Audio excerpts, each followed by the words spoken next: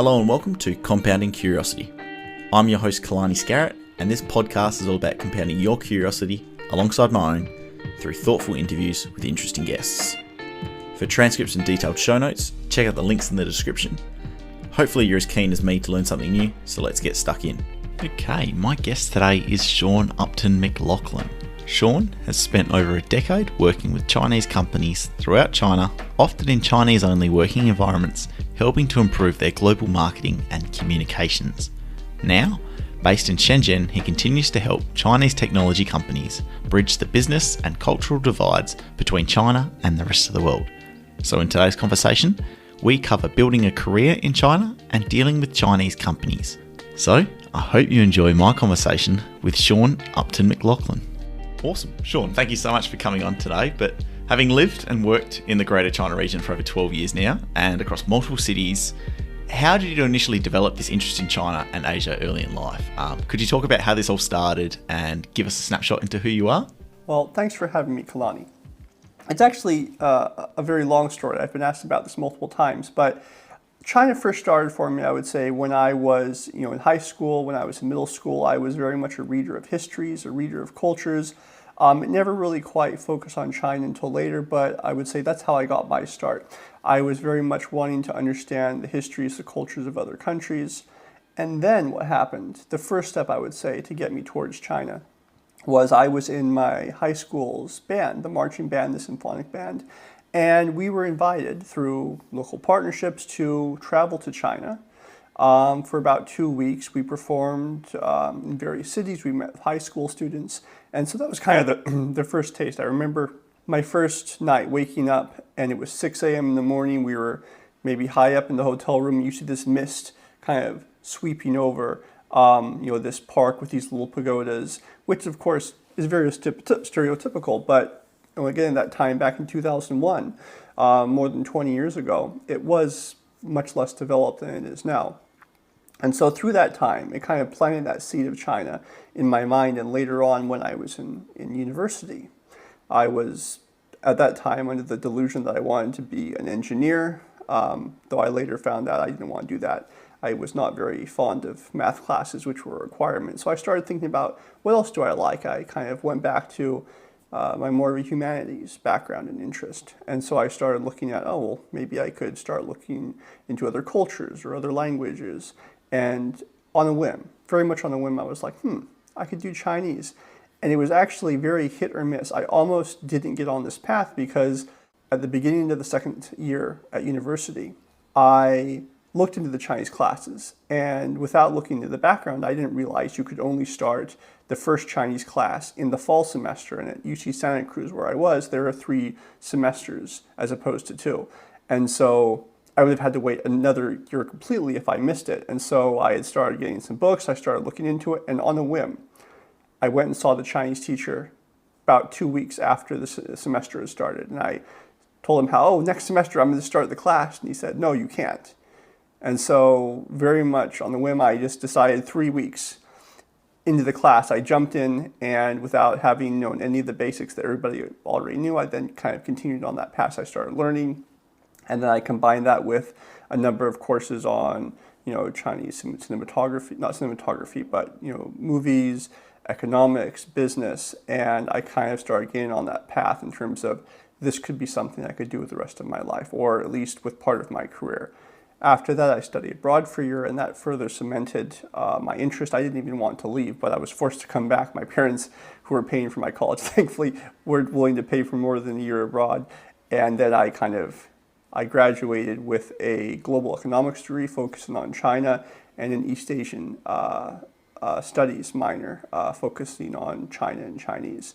And after that, I was looking for a job in China, but I ended up going into university doing a Master's of Business Administration, focusing on international management with, again, Chinese language as part of that. So I think really after I studied abroad, and that was in 2004 to 2005, that really made me realize that this is something I wanted to do with the rest of my life. At the time, I was probably thinking 5 or 10 years, but at this point, having been over here for at least 12 years, my determination has not really wavered. And while I can certainly see myself working with China based out of the USA or another country, I don't really see anything that would change my mind in terms of wanting to be standing in the gap, so to speak, in terms of between China, overseas markets, and whether it be helping companies or, for all I know, helping governments in the future. Because there's so many people on either side that are just speaking their own language and not paying attention to what the other side is thinking. That's one way I act as a bridge inside China's companies, is that I'm one of the ones who tells them these are the type of stories that you can tell to overseas audiences, or this is how you communicate to these partners. And so you have to be working with both sides. You can't simply listen only to what your side is saying, which is, of course, it's a problem for Chinese companies when they go overseas, but it's also it's a problem for American or foreign companies when they come to China. People like speaking in their own echo chamber, as we've seen from social media. Yeah. Where do I even start from there? Maybe just your initial professional work experience in China. What did that look like? How did that initially happen? And what do you remember most from that time, I guess? It was kind of spur of the moment, I think, because after doing my university, my master's degree, I had this very interesting final project for my MBA. And whereas many master's studies degrees, they have a thesis you would do at the end, we have more of a business project that we did for the MBA. And so what the dean of our business school did was he was able to find a local Chinese government, and that was in Jiaxing, the city of Jiaxing in the Zhejiang province, who wanted to do a research study on technology incubators. And so that's what we did, and we ended up then traveling over to Zhejiang afterwards to present it to the local government, answer any questions they had. And so I had made the decision that I would just stay there. I had graduated already, and I would stay in there. I would go to Shanghai, and I would start looking for jobs. And so that's how it started. I worked with a lot of small companies. I did some work on my own, but that was kind of the first step that I took. It was, there's plenty of hardships. There wasn't nearly as much preparation as I now know I should have done, but that is what got me started, and that's what kind of got me into China to start working in a non-educational capacity. Being that many people can easily come over, or could at the time, to teach English, but that wasn't really what I wanted to pursue. Yeah, so you just mentioned you didn't do the preparation that you now know that you should have done. What was that preparation then? Well, it's important to understand that in the 90s and the early 2000s, it was much easier for foreigners, and to be honest, white people, Westerners, to come over to China to get a job as long as you could speak English, as long as you had a Western background. Many either Western companies or even Chinese companies would want to have you on there. But it had gotten a little bit harder as the Chinese market developed. And at the time, they were more focused. They wanted people to have experience too. And I had done a lot of interviews, a lot of talks with various companies, and it was like, oh, great, we love your determination, we love you speak Chinese, but it would be really great if you actually had some experience. And so what I would say is that was kind of the first thing that I realize now, is that it's better to have more experience, because really what it comes down to is what value are you offering? And the value that you might offer to employers in the US or in your own country is not necessarily going to be the value that you are offering to a foreign company operating in China, or a Chinese company that's then wanting to expand overseas. So that's one of the key things, is having experience, but also understanding what your value is. Many people don't think about that too much. The second thing is really needing to do a lot of hustling. And so I remember when I was in Shanghai for the first few years, I went to a lot of networking events. I would print my own name cards out. I would introduce myself by my job, but also as kind of a cross-cultural consultant. And so I would be doing lots of meetings. And the reason I knew how to do this is partly that I'd met some people that helped me out.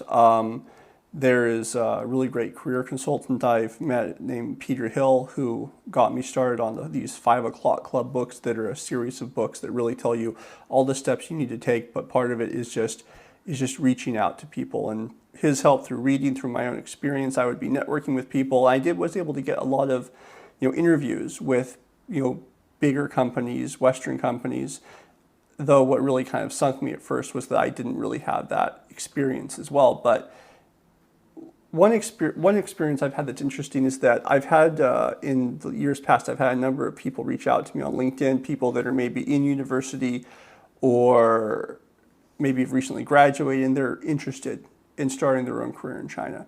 And what really has stood out to me with multiple people is that they seem to expect me to just be the magic wand that solves the problem for them. And I think a lot of the things I've done is I've kind of given them some basic information. I've said, here's my experience, but I've emphasized if you really want to work in China, you have to be really doing all this work. You have to be networking. You have to be finding all the companies you might have a chance of working for that you would be interested in. And then you never hear back from them, because my interpretation is that's simply not what they want to hear. They want someone to give them the solution. They don't want to be told that they have to then go and do all this extra work. And whether or not that is the case, that is the reality these days. Another thing that's important, which I didn't have the problem with because I had studied Chinese and attained a more or less fluent level before coming to China, but most people don't realize, especially people who are mid-level or more senior levels, they don't understand the importance of Chinese these days. I remember back in, even in 2020, I went to one of the big recruiting firms. And I had been introducing myself. I'd been looking to make a career change. And the first thing he said was, your CV looks great. Can you speak Chinese? And I said, yes. And he said, thankfully, because we couldn't really consider you if you couldn't. The reason that this is the case, and I have another anecdote I can share later, but the key point is that, especially if you're looking to work with Chinese companies, but even if you're looking at working with, say, Western companies in China, so much of senior management or middle level management is not going to speak, or not necessarily going to speak English, or maybe partners are not going to speak English. And to the point where much of the local communication in the local offices takes place in, I would say, 80 to 90% in Chinese. The internal messaging systems are in Chinese. The emails are often in Chinese. I mean, sure, people can make an exception for you, but if you really want to be able to move at the speed you need to move at, and we can talk about the concept of China speed later if you'd like, you really have to be able to speak in Chinese. I mean, every conversation or interview I've really had with a Chinese executive, most of them are mostly in Chinese. So back to the anecdote I was talking to you about. I recently talked to a friend who had been a very, very senior level person inside Huawei in the last few years. And he had also shared his difficulty of finding a new position, not simply from a salary perspective, because salary does pay a lot more than other companies can offer, but it was more that he got to a lot of final interview rounds, but when it came to the fact that he couldn't really speak in Chinese, that kind of is what kept sinking him. Because what it comes down to is if you can't communicate with your team, or you can't communicate with the management team, or even your bosses, the CEO of the company perhaps, you just can't do business. Things simply can't work. The example would be is that what American company would take seriously some super senior famous Chinese engineer that comes over, or a Chinese executive, but he can't speak any English. And then he says, oh, well, I think you should all learn Chinese so that I don't have to learn English. And that is kind of what the expat mentality has been, the Western expat mentality has been previously. But especially if you're going to work with Chinese companies, some degree of Chinese is a must. Otherwise, you can't stay in the loop, and you're going to be left out of all the important decisions. Yeah, so you touched on China speed there, and I watched your video earlier today. Do you want to touch on what that is and your experiences with it? Yeah, and this is, it's both an advantage for Chinese companies, but it can also be a hindrance. But China speed simply is how many Chinese companies, and in my experience, I've worked mainly with Chinese technology companies, so many Chinese technology companies are moving at a very quick speed, whether it be R&D, product development, getting products into overseas markets. They move very, very quickly. You might think of the thing that Mark Zuckerberg used to say at Facebook was to move fast and break things, though the Chinese company is more about moving fast, not so much breaking things. But it's very, very fast. And it's not so much that it's just about overtime, but it's about you're just moving at a very hectic pace because you have to get everything done. And it literally is letting Chinese companies move faster and outcompete and get more things done than their Western competitors. Obviously, there are potential downsides. You could, get things wrong. There's sometimes can be more pressure to ignore mistakes. You need to have a structure in place to make sure that people aren't going down the wrong path or they aren't going to create problems for the company. But it is, so far, at least in the technology space, it is allowing lots of companies, both small companies, medium-sized companies, large companies, to really get more done. And when it comes down to it, make better products, as I personally have seen. Huawei is making, I think, better products, better photography, though now, of course, you can't really buy a Huawei phone, or at least if you want to have Google services. But that's really how Chinese companies have been developing.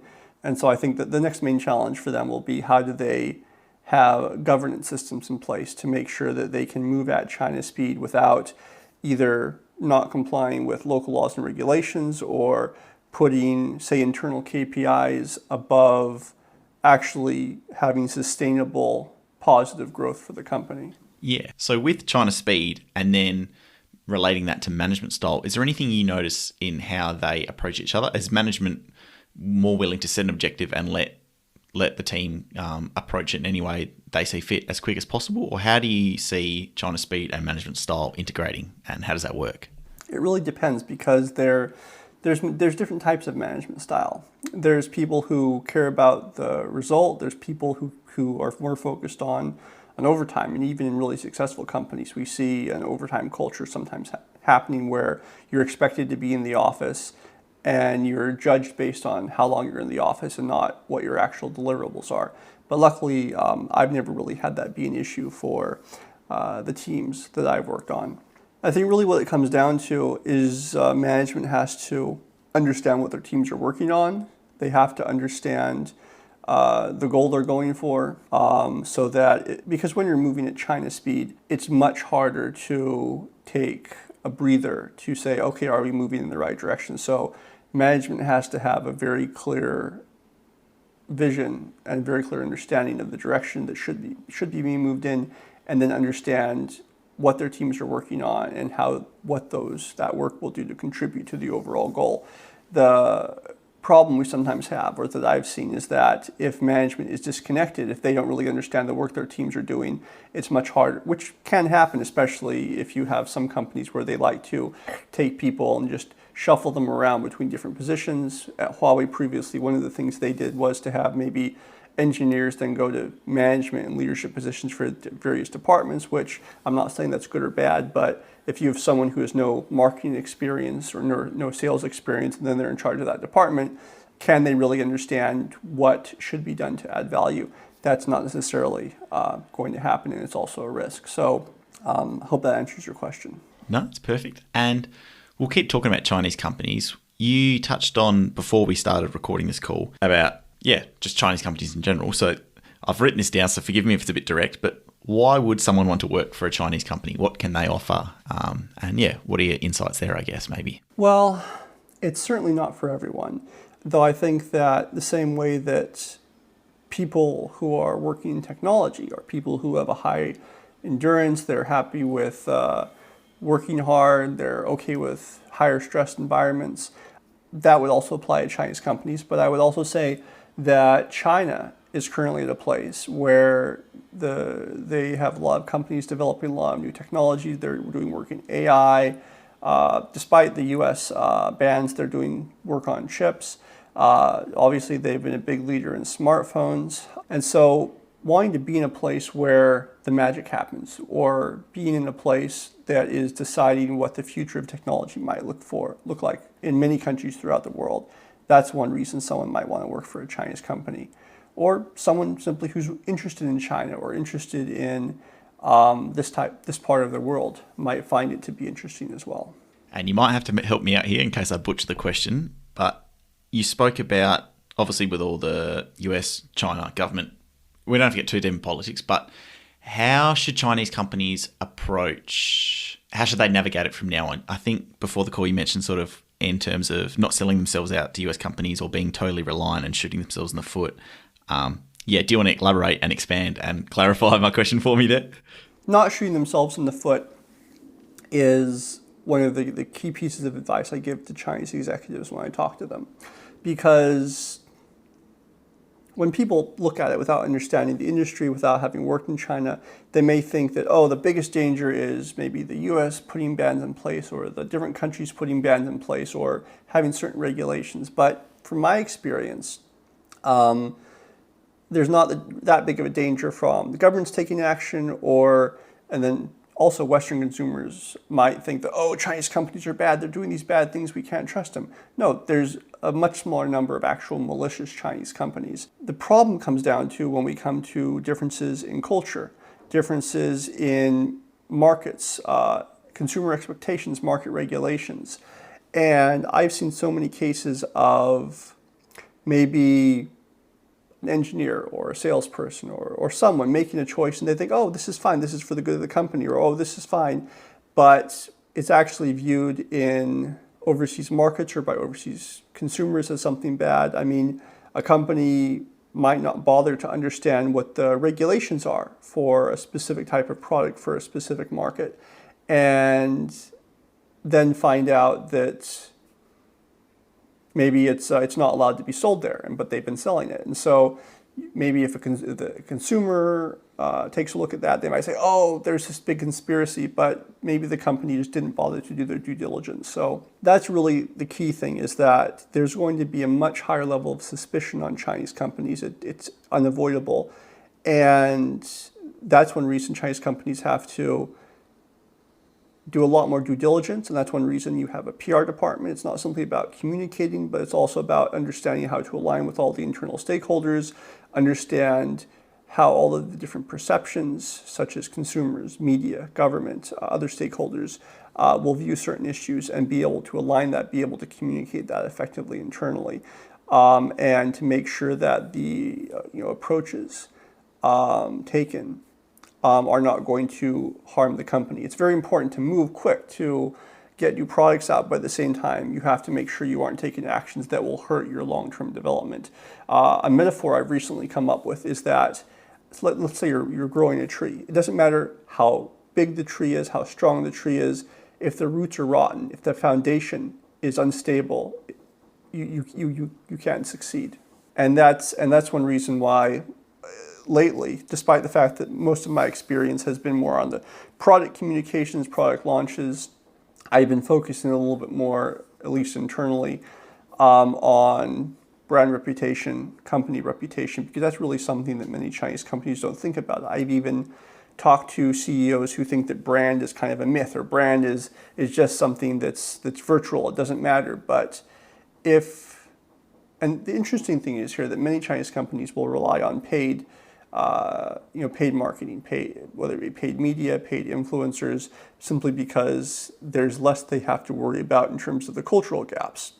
Whereas if you want to build relationships, earned relationships with the media, with influencers, with local partners, you actually have to be building actual relationships. It takes more work, and it can be very intimidating. So how that relates back to company reputation is that many companies don't bother to think about what their brand is, what their reputation is, who they are, and then they could go in a lot of different directions. Whereas if Chinese companies want to ensure they have a strong foundation that will support them in the years to come, they have to put that work in early. They have to be prepared to say who they are, defend who they are to their consumers, to the media, to the governments, because all of these different groups will be judging them. And as we saw with Huawei back in 2012, I believe, if you don't tell your own story, others are going to tell your story for you, and you won't have that control. And the background there is that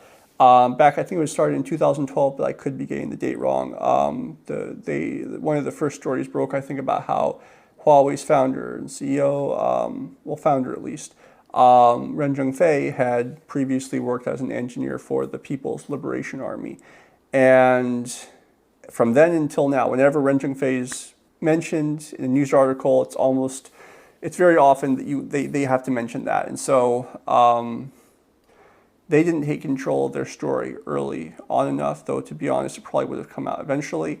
But especially in the current climate, it's very important to define who you are as a Chinese company, because there's going to be suspicion. So you need to ensure you try and get as much of the story set down first so that others aren't telling it for you. And is that a problem you have maybe with outsiders covering China as well? Is that once something's reported, it really is just everyone else runs with it because there's not that much original reporting? Is that a problem you find, and a grievance maybe?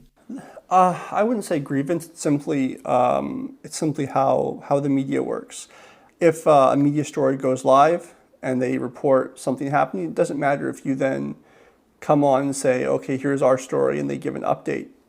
Barely anyone's actually going to see the update. Everybody's going to see the first story. And so that's one reason why I don't really agree with, it's very common for many Chinese companies, if there's a crisis or a potential crisis, they respond with no comment. And the problem is that, one, no comment sounds like you're guilty and you just don't want to say anything, when in many cases for Chinese companies, they're just scared. They're very scared about saying the wrong thing, and so they just say no comment and then let people make up their minds. And so what I tell companies is that they have to take ownership. I mean, people are going to make assumptions if you just say no comment. You might as well say this is our position and very clearly have it out there. And that's also one reason why we try and have companies develop more proactive relationships with the media so that there can be more proactive communications, as opposed to, oh, by the way, this happened, and then you report on it. Because there's plenty of media and plenty of consumers that can be positive about Chinese companies, Chinese products, but because of that culture gap, Chinese companies are much less willing or much less practiced in directly talking to these stakeholders. For example, one of the things we see is that the preferred person to talk to for many journalists is the CEO or an executive of a company, or even expert on a certain subject matter in that company.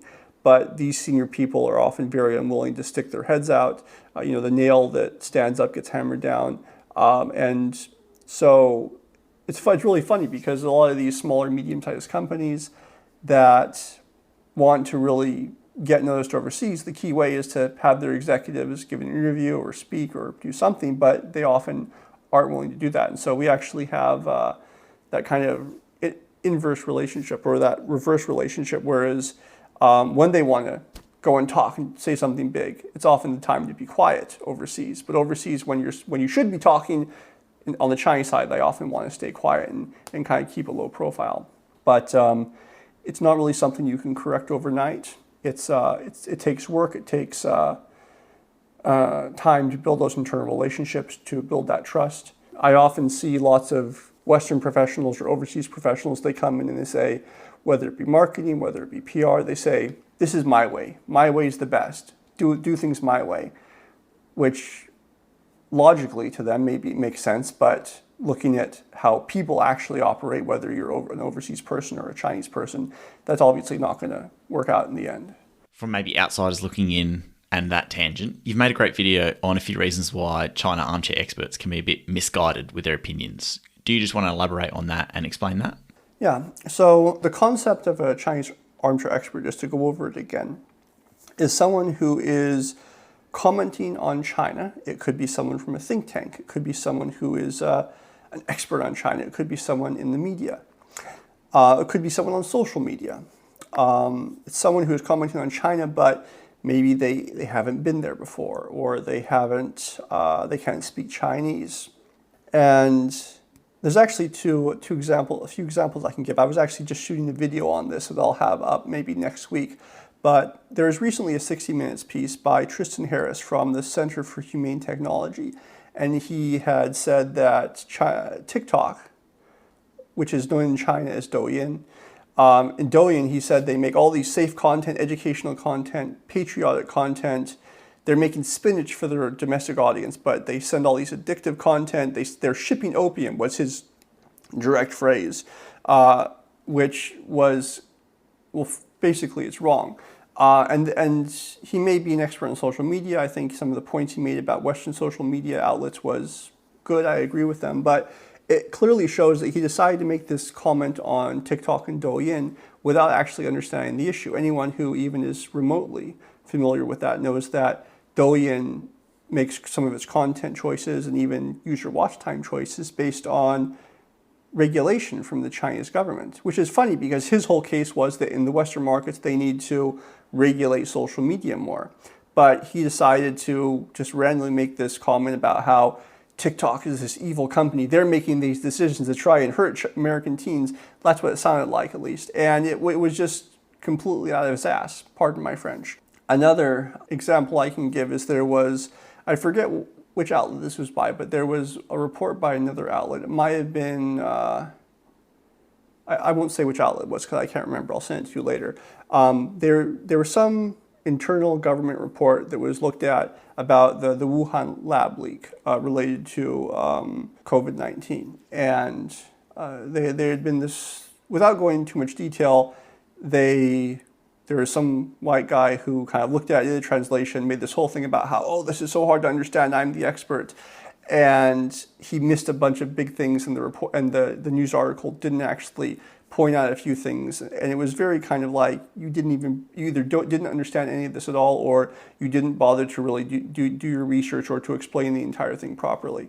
And the reason these types of things are a problem is that China is such a sensitive topic, whether it be the Chinese government, Chinese companies, economics. We need people who actually understand China, who are not simply trying to get more clout on social media to help, whether it be politicians, governments, businesses, make the right decisions. And we see on social media that oftentimes it's the scary news or the person spreading all the interesting rumors that gets mentioned the most, as opposed to people who actually have spent the time to understand about China. And so I say armchair experts because these are people who sit comfortable in their armchairs and they say they pretend to be experts without, and those of us who actually have worked long-term in China, who speak Chinese, we look at these guys, these people, and we say, what are you talking about? But the problem is that they're still much more interesting. So I simply talk about China armchair experts in terms of, if you're going to listen to someone tell you what China is doing or what you should think about China, they should at least speak the language. They should have spent time there. They shouldn't have some ulterior motive, like if they work for a U.S. government-backed think tank, or even if they work for a Chinese government-backed think tank, they're probably going to have a certain motivation. My motivation, I work with Chinese companies, so of course I certainly have, my motives are to help Chinese companies, to tell the stories of Chinese companies, but I'm at least going to be honest and open about that.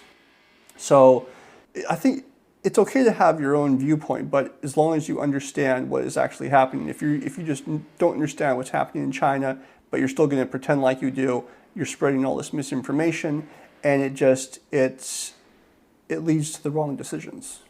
To move on to maybe you and your work, this is a question I really wanted to ask because I'm curious, because I've never heard of this type of role and I have no idea. But at Vivo, you led global media and influencer relations. So for influencer relations specifically, what does that job involve? What does it look like? And yeah, just any influencer insights from China. I'm so curious about that aspect. So yeah.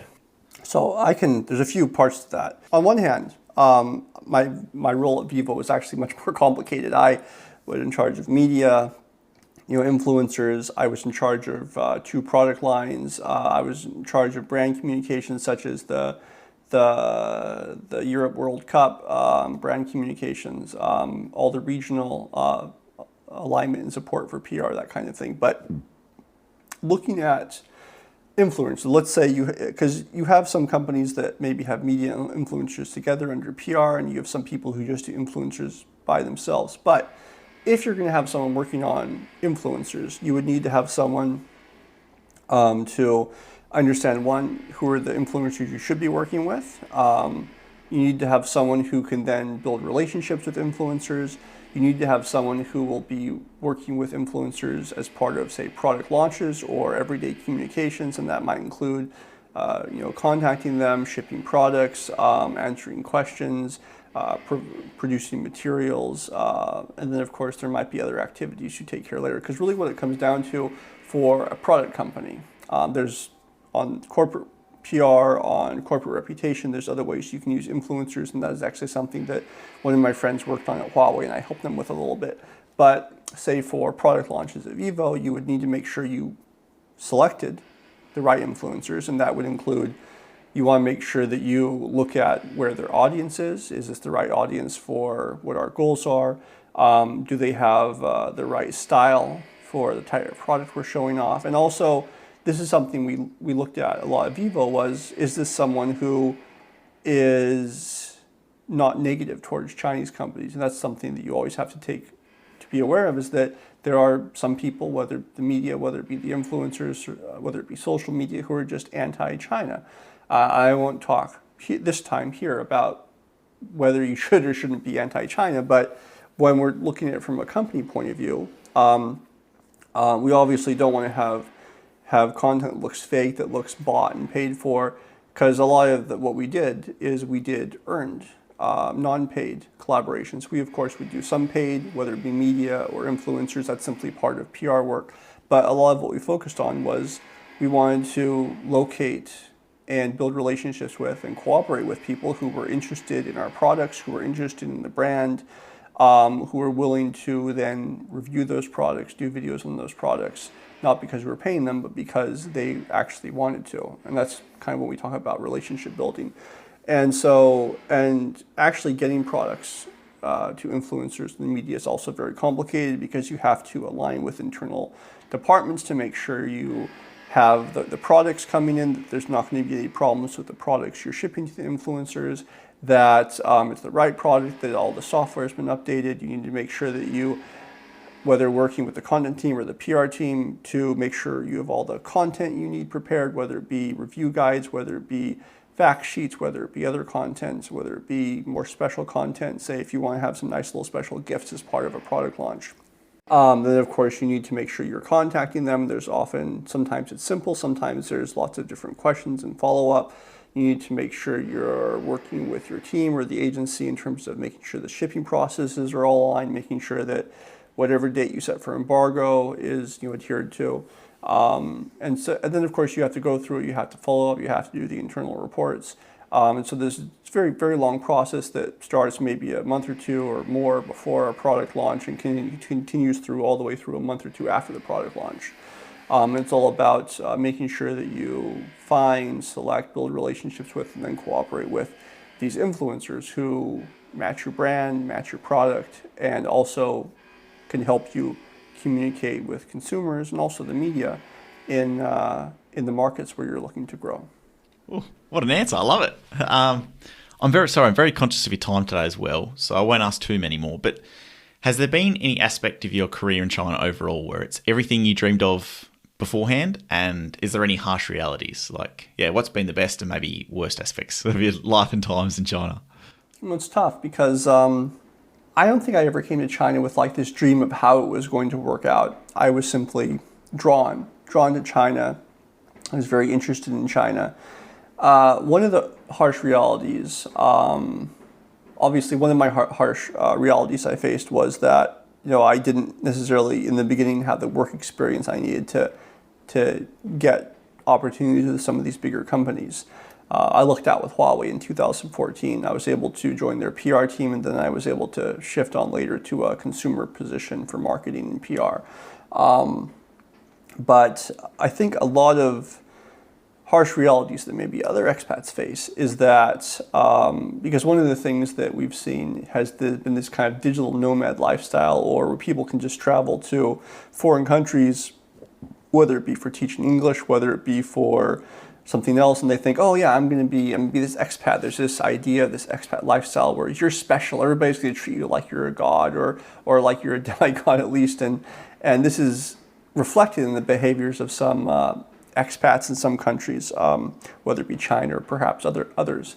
And I think with China, currently now, with its level of development, they certainly need foreign talent. They need overseas talent, but they're not going to take any BS. They need people they can work with, people that are willing to work with them. And so I would say if people want an expat lifestyle, I mean, China's not necessarily the place to be, though it depends. If you could get a really high level paying job, if you have lots of experience, you could certainly get more money. But I really think it's more and more a country that you have to be willing to adapt into. You can't expect to get everything that you want. Yeah. And overall, looking back on your time in China, is there any specific stories or anecdotes that you like to look back on fondly, maybe? Yeah. There's one story that I always kind of think back on, and this is when I was studying abroad in Chengdu. This was, I was living in the university housing, and they had the university, then it was actually the faculty housing area, and so there was a gate, you have some guards, just regular guards, nothing special. And I would walk in and out, and I would sometimes say hi to them. And it was funny because they were kind of obviously really young guys. They were obviously from the countryside. They never really wore the uniforms super professionally, which was fine. And I just remember one time we got talking. They said, hey, we're just about to cook some dinner, and do you want to come in? And so they just had this small little hut, and it was very, very, I wouldn't say run down, but it was certainly not advanced. And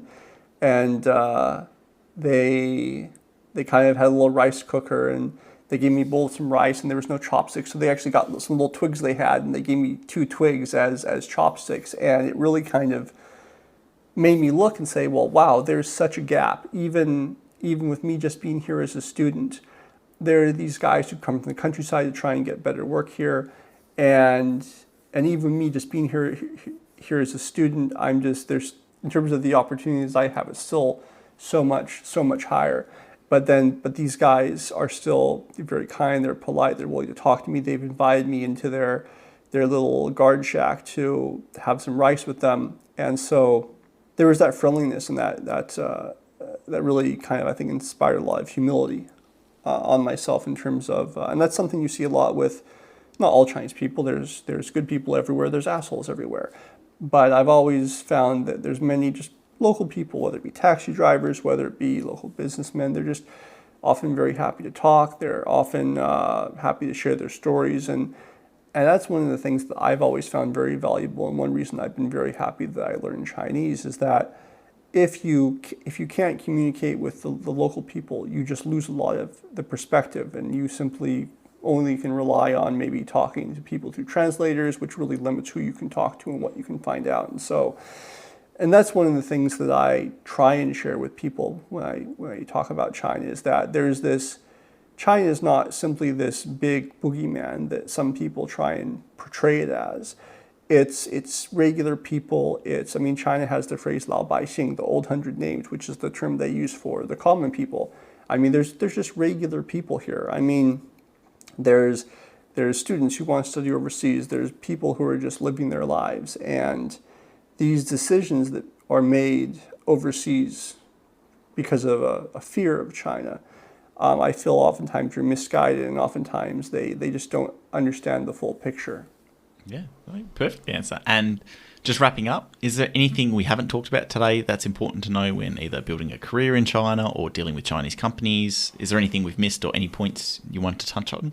I would say the key things are, don't go in with too many expectations, because things are always going to be different, and the key thing is you need to be able to adapt. You need to be able to kind of read the room when you're on the ground, whether it be for a company, whether it be for traveling, whether it be for building a career, and you have to be able to see how things are on the ground, see how things are viewed from the other side, and then adapt yourself to that. Yeah. So, Sean, thank you so much for coming on today. Lastly, where can people find you? Anything else you want to plug? Well, I'm glad to be here, so thanks again for the invitation. If people want to find me, I can be reached on Twitter, for now at least, if it doesn't implode, at SeanUM_China.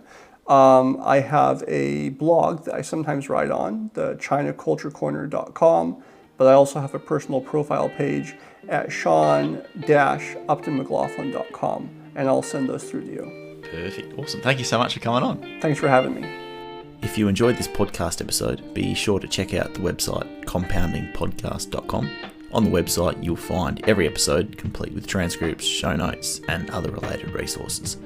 If you want an email notification every time an episode releases, plus my lessons and takeaways from each episode, be sure to sign up to the Substack. So that's compoundingcuriosity.substack.com. Either way, links to all content mentioned today will be in the description below, and you can also connect with me on Twitter @ScarrettKalani. But until next time, have a good one.